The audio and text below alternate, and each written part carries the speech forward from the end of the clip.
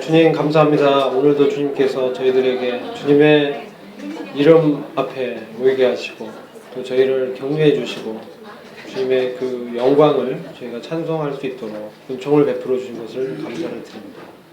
주님께서 이 세상을 주재하시고 다스리시며 참 통치하시는 주님의 섭리를 이 시간 또한 배우고자 합니다. 주님께서 저희들에게 지혜와 계시의 영을 더해 주셔서 주님의 이 경륜을 더 깊이 알게 하시고 주님의 그 뜻에 따라 이 땅을 주의 말씀을 순종하며 살아갈 수 있도록 힘을 더하여 주시기를 간절히 기도합니다. 이 시간을 주님께 의탁을 드리우며 우주 예수 그리스도의 귀하신 이름으로 기도했습니다. 네, 안녕하세요. 네. 이제 점점 저희들의 이 양육반 교재가 끝이 가고 있죠. 이게 마지막 거입니다. 왕국과 새하늘과 새 땅입니다. 잠깐 광고를 드리면 다음 시간까지 아마 이 교재는 마치게 될 것 같습니다. 그리고 저희가 11월 중에 개편된 교학교를 하고자 계획 중에 있습니다. 그 결정되면 성도들 앞에 광고해드리고 개편한 대로 하고자 합니다. 어찌됐든 다음 주까지는 양육반을 하는 것입니다. 지루하시더라도 이해해 주시고 네.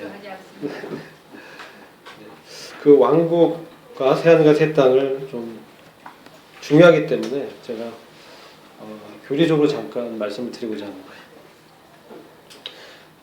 하나님의 경륜은 그리스도와 공동상속자인 하나님의 아들을 얻으시고 그 아들을 통해서 하나님의 영광을 나타내는 것입니다. 이게 성경에서 말씀하고 있는 하나님의 목적입니다. 근데 그것이 하늘에서의 영광과 이 땅에서의 영광이 있는데 그 영광을 통해서 하나님이 높아지는 교회와 이 땅 가운데 행정하는 이스라엘을 통해서 이방 민족들을 통치하시며 이 우주를 섭리하시고 주재하시는 하나님께서 얼마나 크고 놀라우신 분인지를 하나님의 구원을 얻은 하나님의 자녀들이 함께 다스리며 통치함으로 하나님께 영광 돌리고 하나님의 임마누엘을 우리 가운데 나타내고자 하는 그런 것이 바로 하나님의 경륜이고 하나님의 목적인 것입니다. 자, 그러면 이 하나님의 영광을 나타내고자 하는 하나님의 심중에 함께할 사람들이 필요하겠죠. 홀로 자존하시며 높으시며 종기와 권세를 갖고 계신 우리 하나님께서 그 하나님의 큰 영광을 함께할 파트너를 원했다는 겁니다. 놀랍지 않습니까? 창조주께서 그런 마음을 갖고 계시다는 거예요. 저희와 같이 미약함, 마치 미물에 불과할 수도 있는데 크신 하나님의 관점에서 봤을 때 우리는 얼마나 작은 자들입니까? 근데 그런 작은 자들에게 하나님의 생명을 주시고 이제 하나님과 함께 동행하게 하시고 하나님의 사람으로 주님을 닮아가게 하십니다. 그래서 주님과 함께 공동상속자로 세우시고자 하는 하나님의 위대한 이 뜻이 있다는 것입니다. 그리스도와 함께하는 하나님의 아들들 얻고자 하시다는 거죠. 자, 그러면 하나님의 이 통치의 관점에서 말씀을 드립니다. 물론 그 과정에서 우리 개인적으로 주님을 닮아갑니다. 그리고 주님이 오시면 우리 몸이 변화를 받아 주와 같이 될 것입니다. 그러나 이것은 주님의 그 생명을 받은 주님의 생명을 반사하는 그러한 하나님의 아들들, 하나님의 그 후사들, 하나님의 그 부유한 그런 것들을 유업으로 받을 자로 우리를 지금 이 땅에서 성장시켜 가고 있는 것입니다. 자, 그러면 이 하나님의 통치가 시작됐습니다. 어떻게 시작됐습니까? 하나님의 다스림이 주님을 통해서 이 땅 가운데 시작됐습니다. 사람들이 받거나 말거나 믿거나 말거나 상관이 없이 우리 주님께서 하나님께서 인간의 몸을 입고 이 땅 가운데 오셨습니다. 하나님의 왕권이 오신 겁니다. 하나님의 나라가 너희 가운데 이미 임하였느니라. 이 말씀이 어떤 배경에서 나온 말씀이냐면 우리 주님께서 귀신을 내쫓았는데 바리새인들이 우리 주님을 귀신과 동류로 비판했습니다. 귀신과 한패이기 때문에 귀신을 내쫓을 수 있는 것이지 라고 우리 주님을 비난한 것입니다. 얼마나 신성 모독적인 발언입니까? 바알세불 집힌 자다. 똥파리 귀신 왕이라는 뜻이에요. 바알세불. 우리 주님을 아주 모욕하셨습니다. 근데 너희 가운데 이것이 믿는다면 이미 너희 가운데 이 일이 하나님으로부터 나왔다라는 것을, 내가 바로 하나님의 아들로 왔다라는 것을 믿는 자들, 그 가운데 하나님의 왕국이 이미 임하였다라고 말씀하는 것입니다. 근데 원어적으로 이것은 우리 마음 속에 임했다라고 보신 분도 있고요. 우리 중에 하나님께서 오셨다고 보는 분들도 있습니다. 우리 마음에 하나님, 근데 주님은 지금 그 사람들 가운데 지금 서 계십니다. 그래서 주님의 왕국이 이미 믿는 자들, 그 사람들 회중 가운데 이미 오셨습니다. 또 믿는 자들 마음 가운데는 로마서 14장에 하나님의 왕국은 성령 안에서 의와 화평과 희락이니라 말씀하고 있지 않습니까? 이것은 보이지 않는 하나님의 나라의 속성을 말씀해 주고 있는 것입니다. 성령을 통해서 우리 주님을 믿게 됐을 때 우리 안에 주님의 의와 주님의 평강과 주님의 기쁨이 있다는 것입니다. 그런 자들에게 하나님의 왕국이 이미 임했다고 말씀하는 것입니다. 이것은 보이지 않는 하나님의 왕국입니다. 언제 시작됐습니까? 주님이 초림하셨을 때 시작됐습니다. 하나님의 왕국이, 하나님의 나라가, 왕이 통치하는 그 나라가 이미 너희 가운데 있느니라. 그리고 이것은 주님께서 십자가에서 죽으시고 부활하실 때 이 부활은 의인의 부활입니다. 너희가 저 의인을 죽였도다. 그런데 하나님께서 다시 살리셨습니다. 이것을 무슨 부활이라고 합니까? 첫째 부활.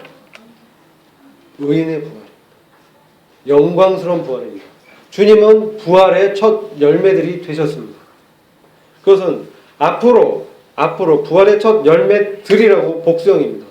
근데 앞으로 계속 이 부활의 첫 열매에 동참할, 부활의 첫 열매들이 될 그런 교회를 부르고 있는 것입니다. 그래서 지금 이 주님의 부활은 바로 하나님의 이 능력을 죄로부터 해방시키는 그런 능력을 우리에게 보여주시는 것입니다. 죄의 권세에서 해방시키십니다. 일생에 매여 죄 가운데 종노릇할 우리를 주님께서 부활하심으로 사망의 권세를 무력화시키고 믿는 자에게 이러한 죄의 권세에서 해방돼서 사는 이 삶에 대해서 주님 안에 있는, 이 말을 뭐라죠? 그리스도 안에 있다라고 합니다. 그리스도와 한 몸이 됐다, 한 연합됐다라고 얘기하죠. 그런 자들은 바로 이 첫째 부활의 영광에 들어갈 것입니다. 그리고 지금은 어떤 상황이냐? 이 첫째 부활에 들어갈 의인들, 하나님의 아들들, 교회를 부르고 있습니다. 그러니까 그리스도의 몸이 완성되어 가고 있습니다. 그래서 로마서 11장 25절에 이방인의 충만한 수가 차면 이제 주님께서 교회를 데리러 공중에 오실 것입니다.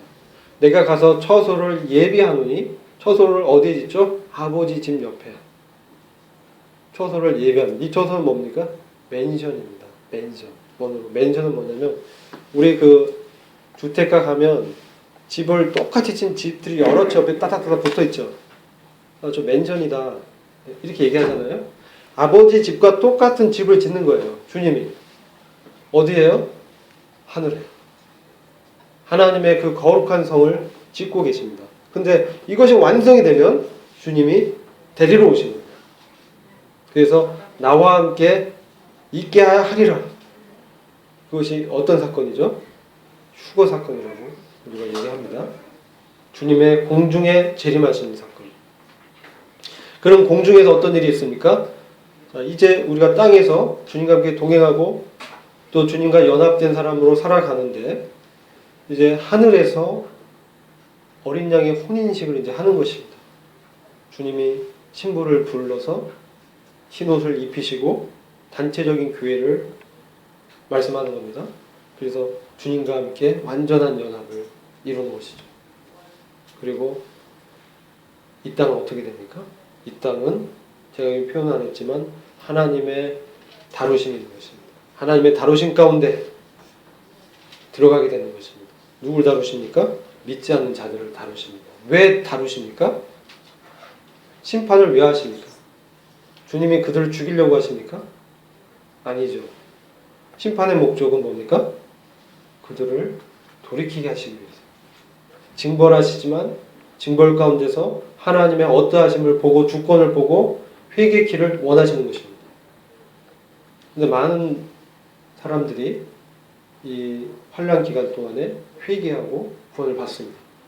그렇게 요한계시록 7장에 굉장히 많은 수가 구원을 받는 것이 표현이 되어 있습니다. 그래서 하나님의 그 구속의 계획이 그렇게 완성되어 갑니다. 그래서 주님이 지상에 오실 때는 끝까지 버틴 이 세력들을 멸하십니다. 멸하시고 그의 백성을 구원하십니다. 백성은 이스라엘 백성을 특별히 말씀하고 있는 것입니다. 이스라엘 백성은 주님이 이 땅에 재림하실 때야 비로소 그들이 찔러 죽였던 예수님이 메시아라는 것을 보게 될 것입니다. 회개의 역사가 있는 것이죠. 그리고 이 시대는 마감을 하는 것입니다. 그리고 오는 시대에 들어가는데 이 때를 때가 찬 경륜이라고 합니다. 하늘과 땅에 있는 모든 것이 그리스도의 앞에 복종하고 통일되게 하는 그때 때가 찬 경륜이 완성이 되고 오는 시대에 들어갑니다. 여기를 왕국이 완성됐다고 얘기합니다. 왕국이. 그것은 뭐냐? 눈에 보이지 않는 영적인 왕국이 이제 눈에 보이는 왕국으로 나타난 것입니다. 이게 천년왕국입니다. 이것을 눈에 보이냐 안 보이느냐에 대해서 해석들이 있지만 저희는 문자적으로 눈에 보이는 왕국으로 믿고 있습니다. 그래서 이 왕국이 1000년 동안 1000년이란 말이 6번이나 요한계시록 20장에 기록되어 있습니다. 굳이 상징적인 표현이라면 6차례나 특별하게 명시해서 하지 않았을 텐데 이게 학자들의 분별이죠.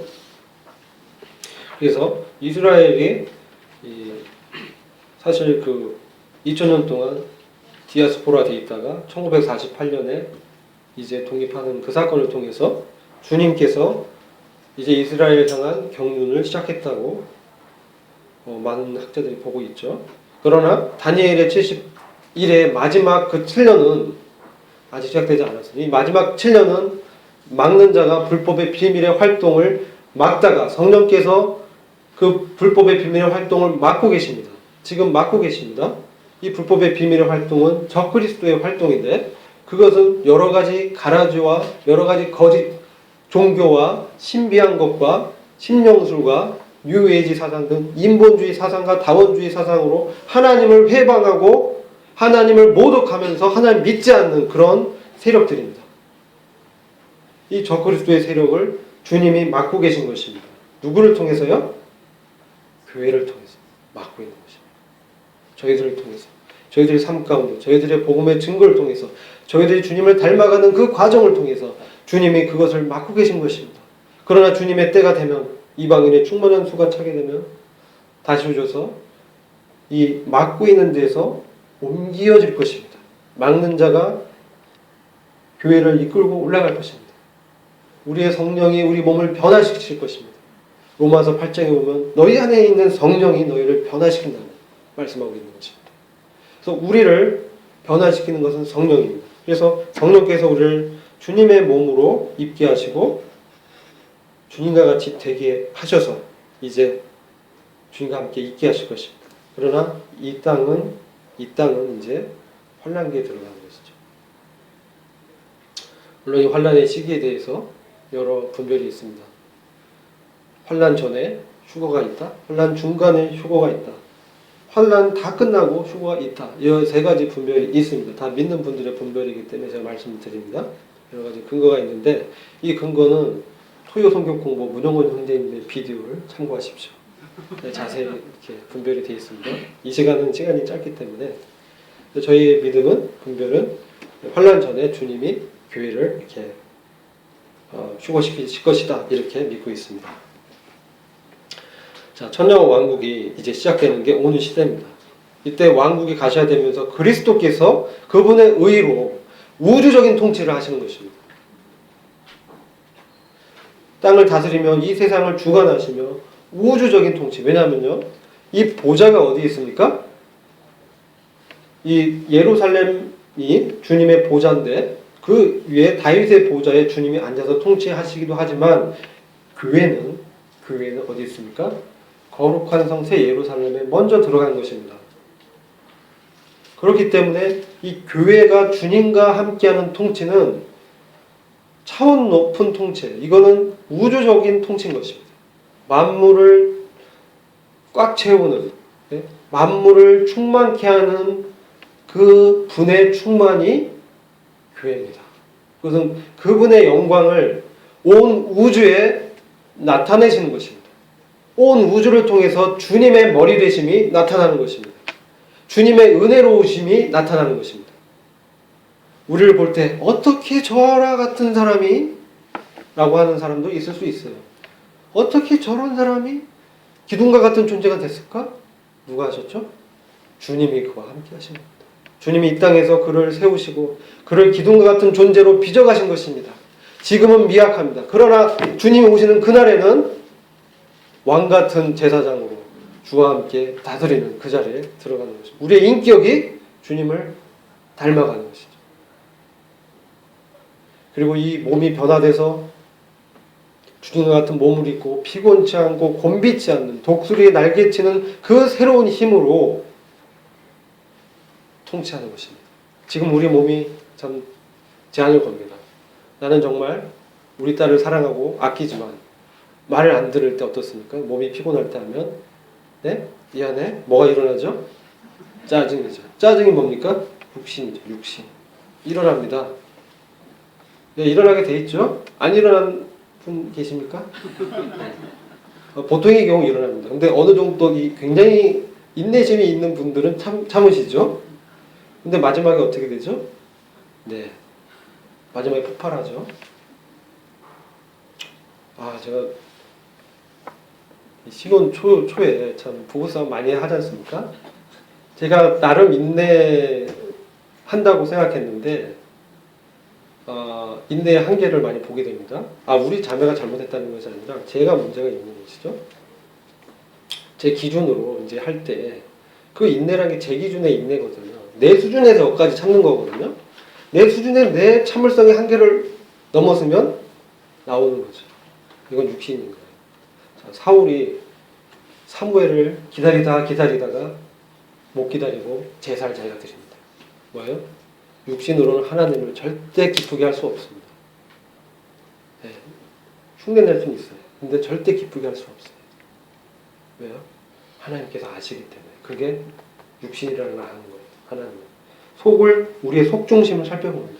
동기를 보신다는 거예요. 우리의 행위의 심판 보상은요, 우리 한 성과가 잘했다, 이것도 물론 보시지만 그 행위의 동기에 주님을 힘입어서 주님의 힘으로 했는지, 주님을 사랑하는 마음으로 했는지, 아니면 아까 육신의 의의를 드러내기 위해서 했는지가 분별이 되는 거예요. 누가 알죠? 우린 몰라요. 잘.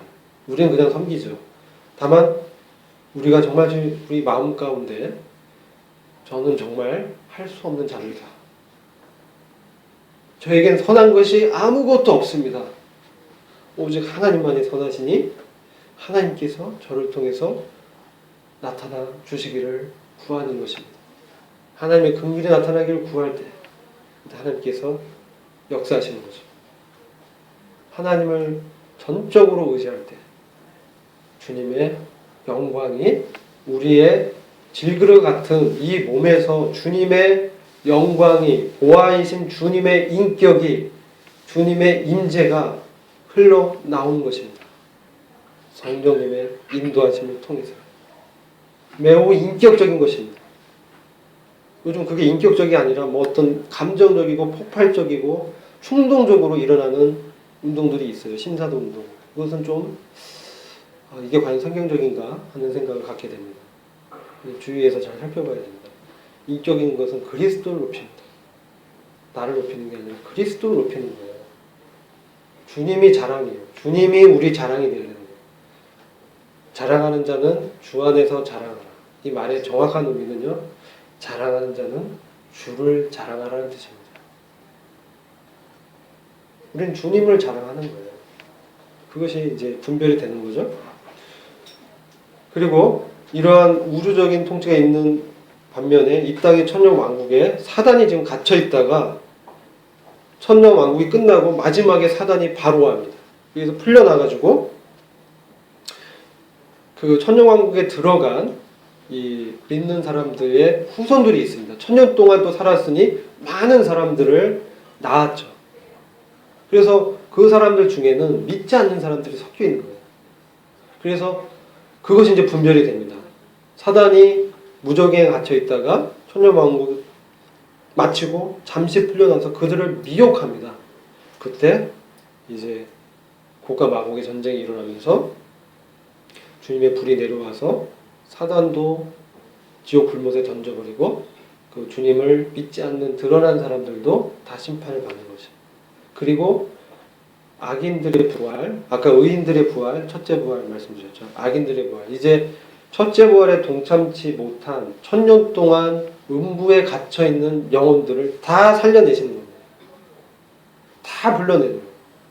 높은 주위에 있던 사람들, 낮은 주위에 있던 사람, 이 첫째 부활에 들어가지 못한 사람들을 다 살려내서 주님 앞에 세워서 그들을 심판하시는 게 백보자 심판입니다. 마지막 최종 심판입니다. 그리고 주님의 새하늘과 새 땅이 임하고 거룩한 성 새 예루살렘이 새하늘과 새 땅에 내려오면서 주님의 염두에 두었던 하늘과 땅이 일치가 되는 겁니다. 하나님의 임마누엘이 이 땅에 편만하게 거하시면서 하나님과 인간이 연합하게 됩니다. 완전히 하나로 되는 것입니다.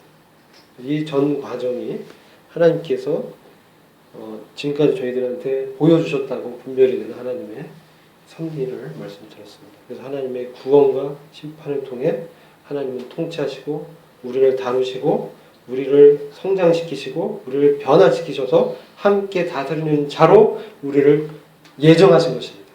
우리의 구원을 받지 안 받지를 예정한 게 아니라 우리를 예정했다는 표현은 우리를 후사로 예정한 것입니다. 후사는 뭐냐면 하나님의 공동상속자로 미리 정하신 겁니다. 그 하나님의 마땅히 될 일들입니다. 하나님의 뜻입니다. 하나님이 그것을 염두에 두시고 우리를 부르셨습니다. 그리스도와 함께 공동상속자로 우리를 부르신 것입니다. 이게 뭐죠? 교회입니다. 주님의 경륜의 중심이 어디에 있습니까? 교회에 있는 것입니다. 그래서 이것을 이제 보게 되고요. 이것은 이제 제가 말씀적으로 어떤 근거로 이 두 가지 부활을 얘기하냐라고 하시는 분들이 있다면 요한복음 5장 28절 29절 말씀을 근거해서 이를 기이 여기지 말라. 마지막 때 무덤 속에 있는 자가 주님의 음성을 들을 때가 온다는 것입니다. 선한 일을 행한 자는 생명의 부활로 악한 일을 행한 자는 심판의 부활로 나오리라. 그럼 이게 같은 때 되는 거 아닙니까? 이게 생명의 부활과 심판의 부활이 동시에 되는 거 아닙니까?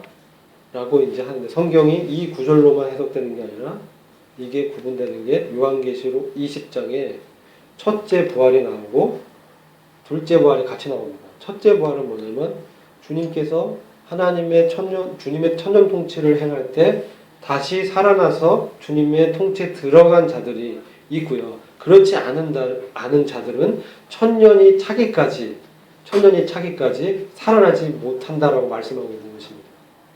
이 부활은 언제 있죠? 천년이 다 차면 악인의 부활로 백보자 심판 때 불러내셔서 심판하시는 거죠.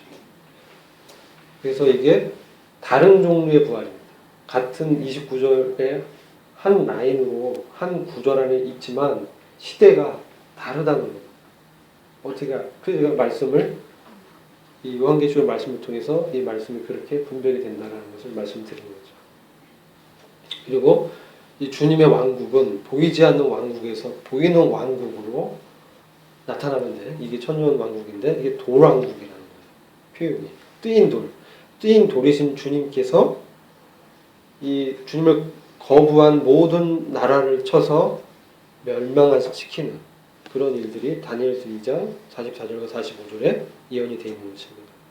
그래서 하나님이 이 장래의 일을 지금 느부갓네살 왕에게 알게 하고 다니엘을 통해서 해석하신 겁니다. 그리고 이 왕국은 지금 이제 왕국에 대해서 왕국의 성격을 말씀드리면 옛적부터 항상 계신 자가 와서 지극히 높으신 자의 성도를 위하여 신원하셨고 때가 이름에 성도가 나라를 얻었더라. 성도가 이제 왕국을 얻은 것인데 이것은 옛적부터 이 작정이 돼 있었어요.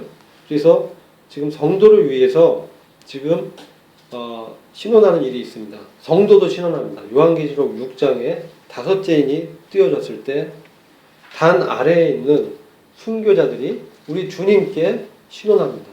언제까지 우리의 피 흘림 이 한을 갚아주시겠습니까?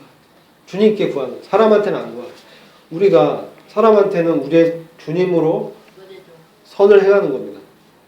그렇죠? 그 배경이 어디 있습니까? 지금 이거는 악한 자들 뒤에 역사하는 악의 세력들에 대한 그 악의 세력들을 언제 심판하실 것입니까? 지금은 그런 우리 영적인 분별은 우리가 이제 처하는 모든 환경과 순간이 우연히 없다는 것입니다.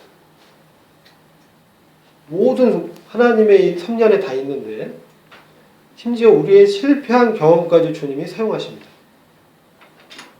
모든 것을 합력하여 하나님을 사랑하는 자, 그 뜻대로 부르심을 입은 자들에게는 모든 것이 합력하여 선을 이루는구나. 모든 것. 이게 선한 것만 있을까요? 아니죠. 선한 것이 선한 것을 이룬다. 모든 것이라고 얘기하고 있습니다. 이것은 우리가 실패한 넘어짐 속에서도 하나님께서 역사에서 그를 더 단단하게 하시고 굳게 하시고 그 인격을 주님을 바라보게 하셔서 선으로 악을 이기게 하십니다. 그것은 믿음의 눈이 필요합니다. 영적인 시야가 필요합니다. 믿음이 필요합니다. 그래서 그 뒤에 역사하는 그 악한 자의 세력을 우리가 영적으로 볼 수 있어야 됩니다. 귀신이 보인다는 얘기를 하는 게 아니고요.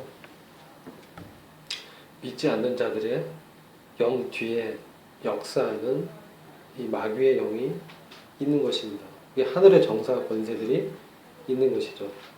이들을 지금 하나님께서 왜 아직까지 심판하지 않고 있는지는 하나님의 경륜 가운데 있습니다. 그래서 그들을 이제 요한계시록 4장 쭉 보면 그들에 대한 심판이 다 나옵니다. 그런데 아무튼 지금 이러한 지금 상황 속에서 우리를 믿음으로 이제 살아가게 하죠. 주님과 함께 살아가게 합니다. 사실은 우리 안에 주님께서 내 안에 사신 이는 그리스도니. 그래서 그리스도께서 사실 그 주권을 우리 안에서 행사하시는 것입니다. 성령의 음성에 순종할 때 그렇게 되는 거죠. 그래서 지금 이러한 지금은 우리가 고난 가운데 있지만 주님이 우리의 고난을 주님의 고난으로 여겨주십니다. 성경에 여러 군데에서 그렇게 얘기하고 있습니다. 주님이 우리의 실패 가운데 함께 계십니다. 그러나 그 실패를 선으로 바꾸십니다. 어떻게 해요? 저 실패했습니다. 그런데 주님이 다시 회복시켜 주시죠. 또 실패해요. 근데 주님도 회복시켜 줍니다.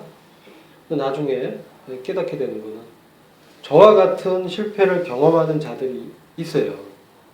그래서 그 이제 형제에게 형제야, 내가 형제를 잘한다. 그 짐이 얼마나 무겁냐?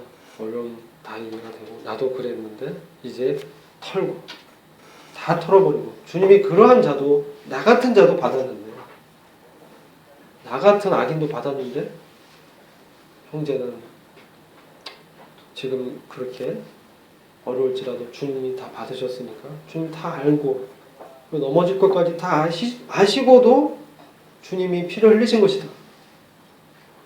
우리 안고 일어섬을 다 아시는 그분께서 그렇게 하신 것이죠. 그래서 실제로 성도가 나라를 이제 얻게 할 자격 있는 그러한 자로 주님이 이제 그를 성장시켜 나가는 것입니다.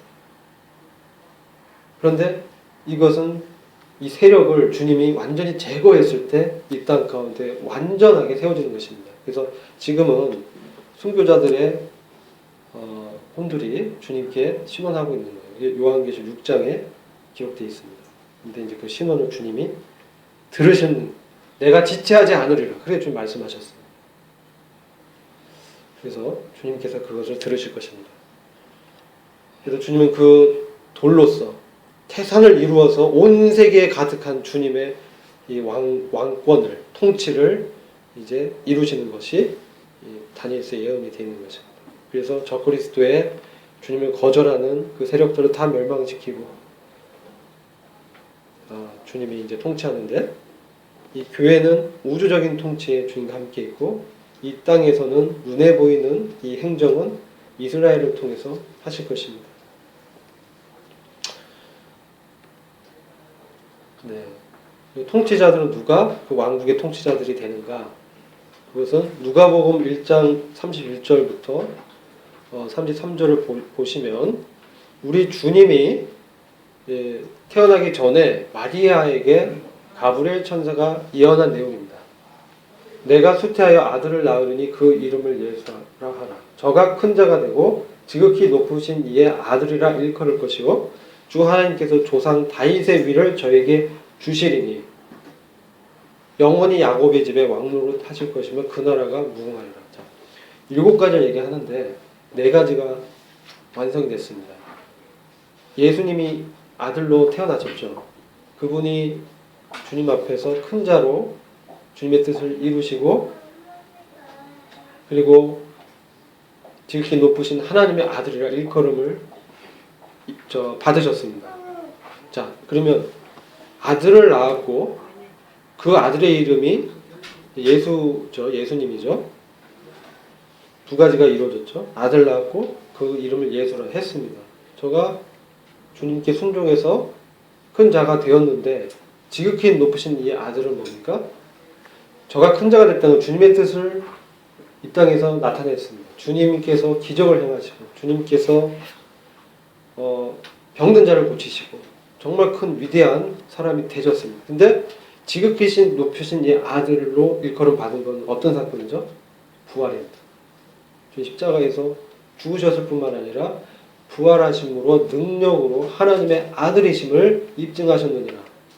로마서 1장에 나오지 않습니까? 그래서 이 4가지 사건이 주님의 초림 때 이루어졌습니다. 근데 조상 다윗의 위는 보좌입니다.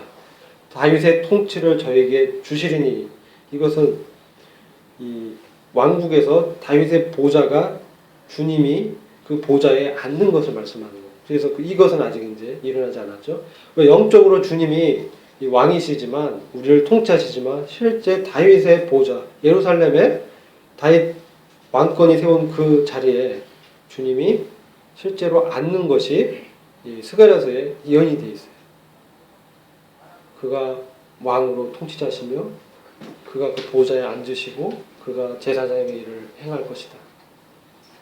그것이 이제 왕국의 예언에서 이루어질 것입니다. 이거 아직은 예언이죠. 미래의 일이지만 영원히 야곱이 집에 왕노릇 하실 것이다. 이 야곱이 좀 이스라엘입니다. 이스라엘에게 왕노릇 하시고 그 다음에 그 왕권이 무궁한 왕권이 될 것이다. 이것이 이제 왕국의 대립입니다.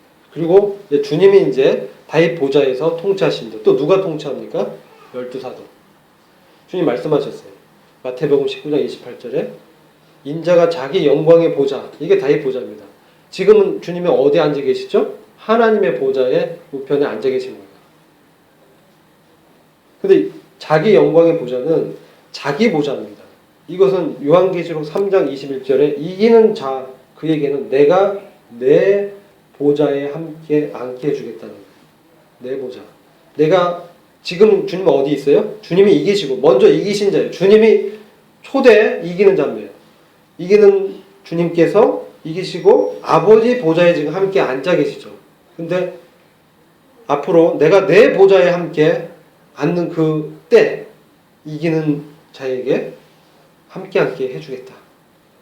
이 누구한테 하신 말씀이요? 라오디게아 교회 하신 말씀.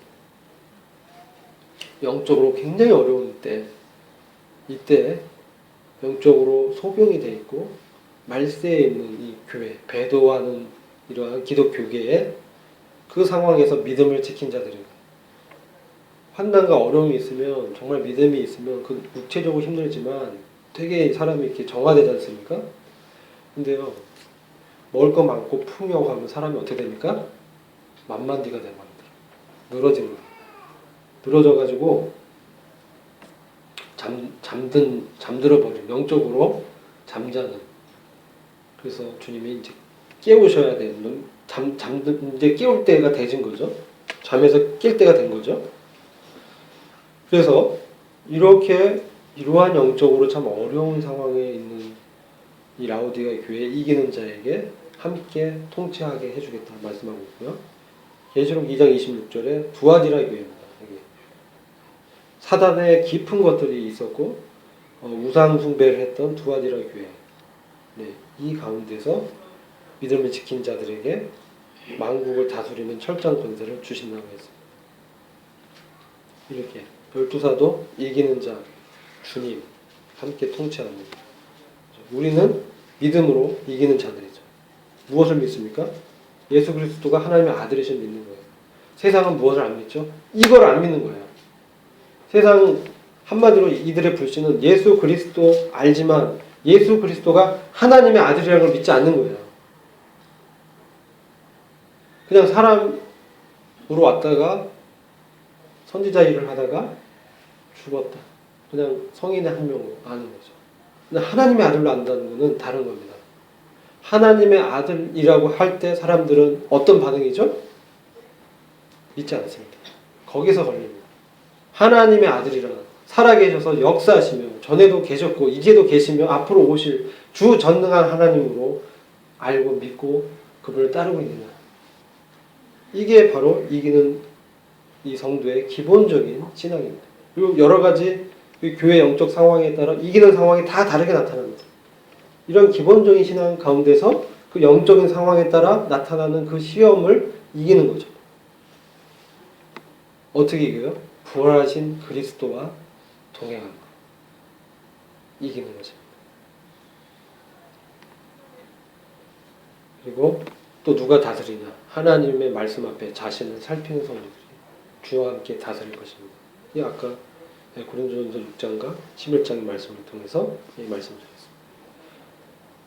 이렇게 되고 이제 이 천년 왕국에서는 예루살렘이 재건축됩니다. 에스겔서 48장을 보면 이 왕국을 통치할 자는 제가 말씀드렸어요. 주님, 12사도, 그 다음에 이기는 성도, 하나님 말씀 앞에 자신을 살피는 성도. 이런 성도들이 주님과 함께 통치합니다. 근데 영토의 크기는 이 에스겔서를 보면 12지파가 전에 다스렸던 땅보다 8배 이상 큽니다. 그 예루살렘의 이스라엘, 회복된 이스라엘의 영역은 훨씬 넓어지고요. 성전의 위치는 이건 이제 지식적인 말씀드리고 예루살렘 중앙에 있습니다. 그리고 예루살렘에서 생수가 흘러나와서 바다를 소송케 해서 거기서 생물이 이렇게 살게끔 되고요. 예루살렘 강 좌우로 이 하나님의 생수가 흘러나와서 실과가 열리는데 그 수확이 굉장히 많아지고 그 실과의 잎사귀가 약재료가 되는 거예요. 어떤 형제님께서도 그 약에 관계된 일을 하시는 형제님들 계시잖아요. 근데 이때는 강의 그 생수의 그 강의 옆에 있는 나무의 잎사귀가 약의 재료가 되는 거예요. 어디 다치더라도 그 약재료로 하면 나는 거예요. 사람들이 몇 년까지 사느냐? 1000년까지 사는 거예요. 나무의 수명까지 된다. 그리고 성전이 이 천년왕국 성전이 40장부터 에스겔 40장부터 44장에 기록되어 있고 레위 지파 중에 사독의 아들이 이제 제물을 바치는 제사장의 일부 일을 하게 되고요. 그리고 지금 그 솔로몬 성전에 있었던 언약궤, 시은자, 금촛대, 전설품, 항작, 지성소 없어집니다. 그리고 그리스도께서 스가랴서 6장을 보면 제가 말씀드린 것 같이 그리스도께서 친히 왕자에 앉아 제사장이 된다라고 말씀하고 있는 거예요. 그래서 이 일은 아직 일어나지 않았죠. 그래서 미래적인 일이라고 우리가 분별하는 것입니다. 그리고 그 우상 숭배로 인해 떠났던 하나님의 영광의 임재가 다시 돌아옵니다. 동문으로 나갔다가 다시 돌아오는 것이 에스겔서 43장의 1절부터 5절에 기록되고, 이때는 모든 민족이 주님을 경배하기 위해서 모입니다. 예루살렘에 오게 됩니다. 그게 기록되어 있습니다. 지금은 안 오잖아요. 근데 이때는 와서 장막절을 지킵니다. 그래서 이 땅에 있는 민족들이 그리스도 앞에 복종한 것을 보게 됩니다. 그리고 이제 정리를 하면 천년왕국의 특징은 이렇습니다. 천년왕국은 사단이 결박된 기간입니다. 그리고 전쟁이 끝쳐진, 그래서 전쟁 도구인 칼과 이 창이 농기구인 보습과 낫으로 농기구로 바뀌고, 이 땅이 회복돼 가지고 마치 에덴 동산의 이 옥토처럼 사막이 윤택해져서 성전에서 흘러내린 그 물로 수확이 많아지는 거예요. 그리고 그 전에 당했던 이스라엘이 더 이상 수치를 당하지 않게 되고, 동물색의 변화가 있습니다. 사자가 풀을 먹습니다. 네? 사자가 육식 먹은 건 언제부터입니까? 홍수 이후부터입니다. 홍수 전엔 사자도 풀을 먹는 거예요. 다시 돌아가는 거예요. 사자가 초식동물이에요. 원래는. 네? 이리와 어린 양이 같이 뛰놀고 표범과 어린 염소가 같이 하고 화합이 있는 거죠. 송아지와 사자가 같이 있는 거예요. 어린아이가 독사구를 손을 넣어도 독사가 안 물어요. 그리고 주님을 아는 지식이 물이 넘치는 같이 온 세상에 이제 편만해지는 거죠. 그리고 인간의 수명이 길어지는. 그러니까 100세에 죽으면 어린아이가 죽었다. 우린 100세면 굉장히 장수했다 그러죠? 근데 창세기에 보면 969세까지 산 무드셀라 있잖아요. 그렇게 이제 수명이 길어지는 거예요. 이 지구가 회복이 돼서 그와 같이 인간이 살 수 있는 가장 좋은 환경으로 회복이 되는 거예요. 그리고 이 태양의 빛이 7배나 밝아져서 수확이 그다지 그 노동을 많이 안 해도 되는 거예요. 제가 태국에 이 기후 조건이 좋지 않습니까? 그럼 우리가 생각하기에 여기는 뭐 산모작 이상 가능하겠다 이렇게 생각하지 않습니까? 근데 태국 사람들이 나무를 많이 베냈대요. 그래서 이 지하에 이 물이 적답니다. 1모작밖에 못한대요.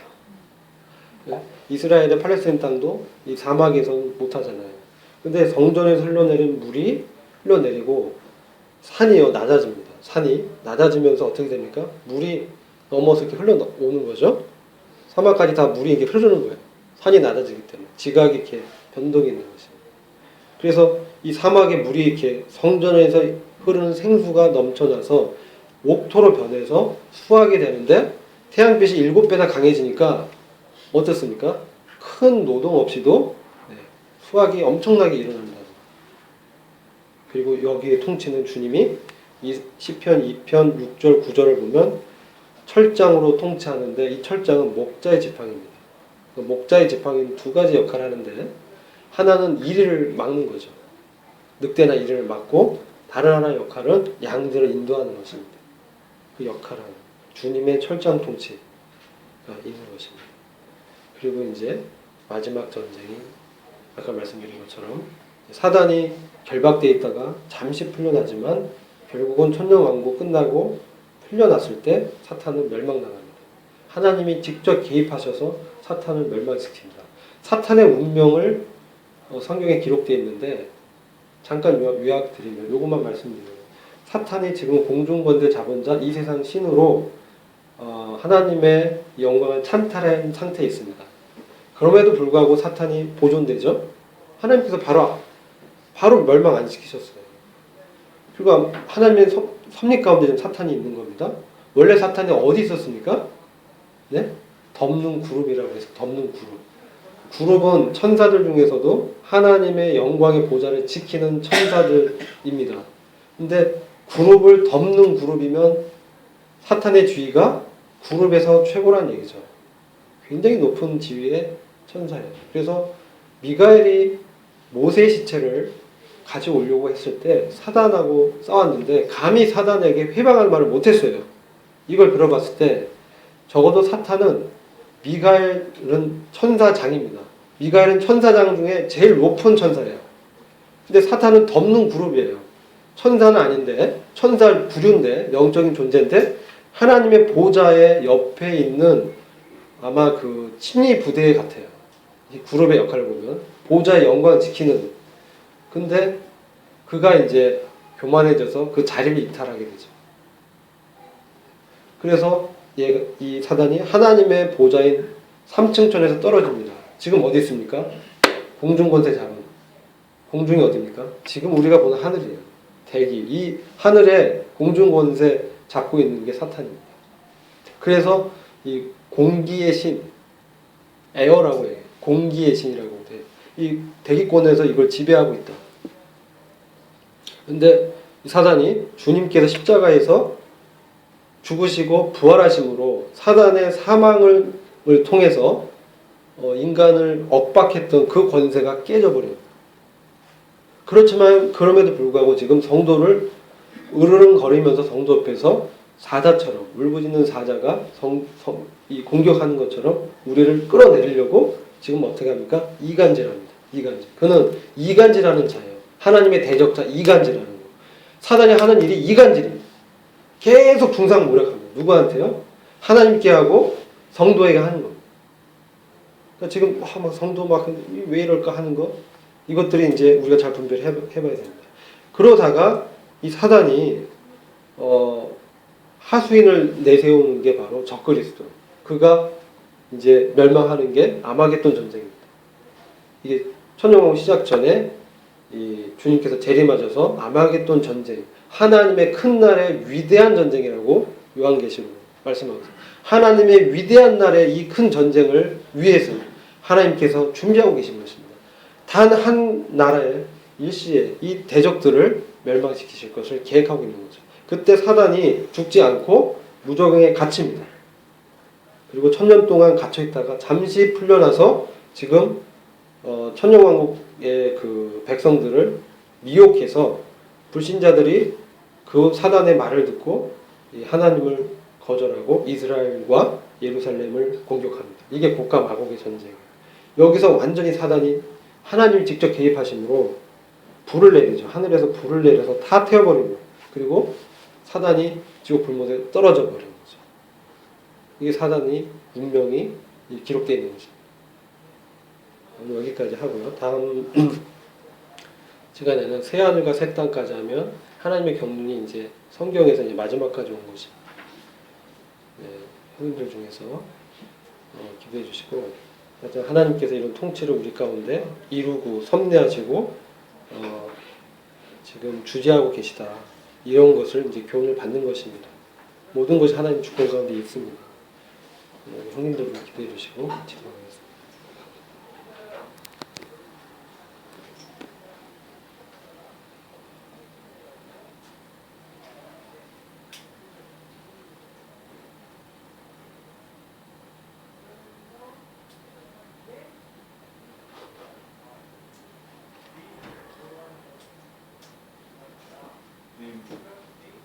감사를 드립니다.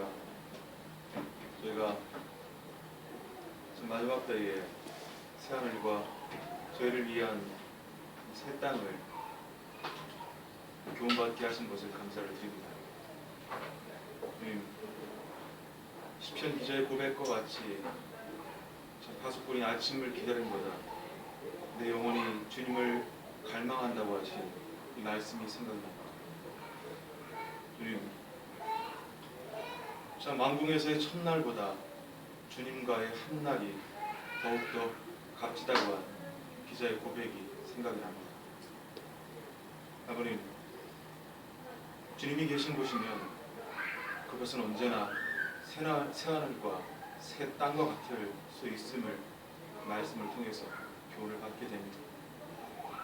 주님, 참 저희를 위해서 예비하신 이 새 하늘과 새 땅에 주님이 계시지 않는다면 그것은 저에게 아무런 의미가 없음도 생각을 해보니 어머님, 참 마지막 때 주님께서 저희를 위해서 예비하신 그 놀라운 예비들을 참 그런 소망들을 바라볼 뿐만 아니라 소망 자체 되시는 말씀이신 우리 주 예수 그리스도의 그 은혜 안에 저희가 사로잡혀서 참 주님과 더불어서 기뻐하는 우리의 참 마지막 때의 교회가 되기를 소원하며 부탁을 드립니다. 주님께서 우리를 교회로 부르시고 예수 그리스도의 영광을 입히시고 그리고 또 그것을 믿게 하시고 살게 하시고 나누게 하시는 이 자리를 허락하셨습니다. 주님, 우리가 이제 첫째 부활의 자리와 주님 장자들의 총회와 새 예루살렘성이 되게 하실 우리가 놀라운 계획들을 바라보게 됩니다. 결국은 주님 앞에 가서 전 주님과 함께 더불어 새하늘과 새 땅에서 주님이 예비하신 놀라운 영화를 입고 전 주님과 같은 영광의 자리에 앉아서 주님을 찬양하며 경배하며 주님의 아내로서 주님의 신부로서 기뻐 주님과 교제할 수 있을 것을 바라봅니다. 어머님, 이러한 영광의 자리에 아무나 참여하는 것이 아니라는 말씀도 교훈받습니다.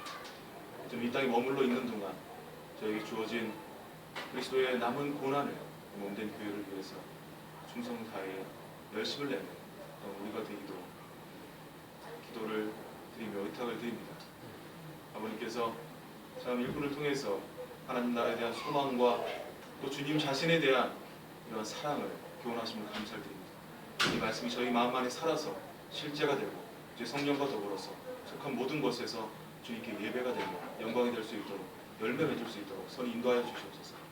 감사드리며 살아계신 우리 주 예수 그리스도의 이름으로 기도드립니다. 네, 수고 많으셨습니다.